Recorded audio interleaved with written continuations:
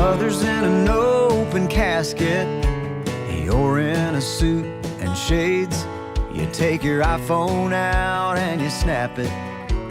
Hashtag sad day, you ought to be ashamed. Today's April 26th, Wednesday, Hump Day. Hey, John, I'm listening to I'm listening to some Brad Pasiley.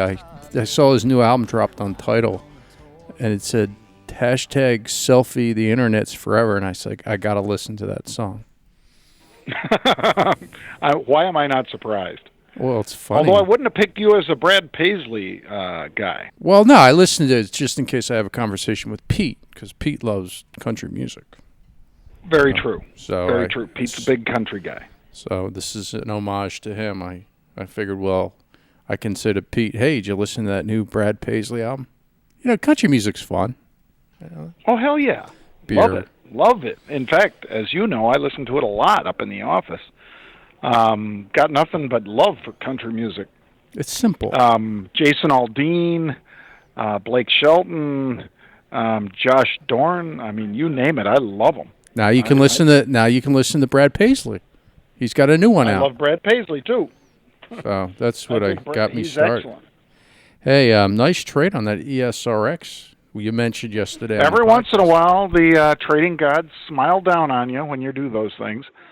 And it's interesting because, so yesterday, folks, Andrew and I were talking about ESRX, Express Scripts, losing perhaps Anthem as a big client and a big driver to their pharmacy benefits manager business. And, boy, I just thought 12% was a little too much. And I wasn't betting on a big jump to the upside, but I just said, you know, every once in a while being Warren Buffett doesn't hurt either. What does Warren Buffett do? He owns Geico. That's where they make their money, folks. Selling insurance, because not everybody dies at the same time. Not everybody crashes a car at the same time. A small number of us do those things. And anyway, the nice thing about being Warren Buffett in the stock market is a lot of times, you know, in fact, very few times do stocks die. So being able to take advantage of a big pump in volatility, which means the premiums are higher, just like ahead of a hurricane. Yesterday was the hurricane in Express Scripts, and last week it was in IBM. And Andrew, I actually see a couple folks kind of mimicking our stuff today. I'm not saying they're just parroting it completely, but they're kind of doing it different. When Andrew and I do this, folks, we tend to do it when the stocks have had a big drop and the volatility pumps. Some other people do this routinely just because they like the stock at a certain level and they're saying, I might as well get paid to own it. So I saw at-the-money put sales in Morgan Stanley and Deutsche Bank both today. But it wasn't because stocks were down. Both those stocks were up, and people were selling puts in big numbers saying, I think I'm going to bank some cash. Little different strategy. Deutsche Bank and MS. Not for everybody, but it's interesting. Okay. Oh, by the way, speaking of Deutsche Bank, not that it's related, I talked to our friend in Europe. Marion. She's over there. She's living in England now, and I asked her about the French elections because she used to live in Paris and speaks French, and, you know, figured why not, you know, ask her. And she tells me this little tidbit here. She says that, and she explained, you know, the difference in, you know, percentage of voters between Le Pen and Macron. And she says Le Pen's got 36%, and there's a 20% difference between Macron and there's a swing vote. And they're not going to go for him. They voted for him, but they're not going to go for him in the end because she says it all boils down to EU membership. And she said, don't count Le Pen out. And I kind of agree with her on that. So. I would be with her. I wouldn't count her out. And how about this one for a shocker, Andrew? I saw that Mélenchon was the far left communist / socialist in France, right? Well, so everybody thought, well, you know, now that it's come down to a 2-horse race, which it has. That's the nature of the beast over there. Now that it's come down to this 2-horse race, the other guys are throwing their support behind Macron instead of Le Pen. That wouldn't be so surprising. But guess what? They're not all doing it. Mélenchon, the communist, is apparently throwing his support behind Le Pen. So that might give her another 12 or 13%. So this thing could be a lot closer. You'll know it by if the German DAX starts picking up that VDAX that Andrew and I talked about last week. If this starts picking up again, you'll know that that's what's happening, is that they are afraid that the followers of the one gentleman could back Le Pen, and that would be completely unexpected, but it could happen. All right, so out of spite. More to come. Yeah. All right, so back over to the pond here. Are you doing any of this WYNN? The only thing I saw on that today was he's building a lagoon or something. I figured he'd built that before. What's going on with WYNN? Do you know that story? Well, he says the whales are back in China. China. As my friend Joe Terranova would say, China, in Macau in particular. And if indeed they are, that's great for him. Boy, the stock exploded. We had the May 115s, Andrew. Stock shot through 126 after the earnings. It was up over $8. So that was a nice windfall. And, the WYNN beat on every imaginable metric.